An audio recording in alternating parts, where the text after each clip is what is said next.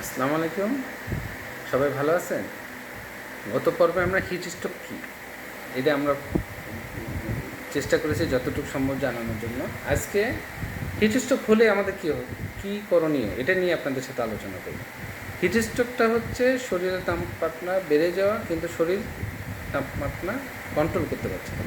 আর কিছু লক্ষণ আছে, যেমন প্রচণ্ড মাথা ব্যথা, তৃষ্ণা, পানি শূন্যতা, শ্বাসকষ্ট, বমি বমি ভাব, বিরক্ত হয় অনেকে, মানে কথা বলতে চিটচিটে ভাব করে, কিংবা প্রলাপ বকতেছে, কথা জড়িয়ে যাচ্ছে, শরীরে ব্যথা আছে বললামই তো, অনেকে ঘাম হয়, অনেকে প্রচণ্ড ঘাম হয়, দুর্বলতা, ম্যাক্সিমাম ক্ষেত্রে জ্ঞান হারিয়ে যায়। এটা মিনিমাম 10 থেকে 15 মিনিট যদি কেউ ডাইরেক্ট হিটে থাকে এই সমস্যা হতে পারে। আমরা হিট স্ট্রোক হলে কী করব? এ ধরো আমার সামনে একদিন হিট স্ট্রোক রোগী পড়ে গেল, তাকে প্রথমে যত সম্ভব, যত দ্রুত সম্ভব আমাদেরকে তাকে শুকনো এবং ছায়াযুক্ত স্থানে নিয়ে আসতে হবে। হাতের কাছে পানি, ঠান্ডা পানি কিংবা নর্মাল পানি 1.5 থেকে 2 লিটার তাকে ছিটা দিতে হবে।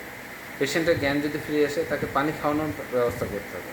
এক্ষেত্রে অনেকে ডাবের পানি, তরমুজ, স্যালাইন এইসব খাওয়ানোর ব্যবস্থা করা যায়। আর যত দ্রুত সম্ভব হসপিটালে নিয়ে যেতে হবে। সুস্থ থাকুন, ভালো থাকুন, আর আমার পাশে থাকুন। ধন্যবাদ সবাইকে। আসসালামু আলাইকুম।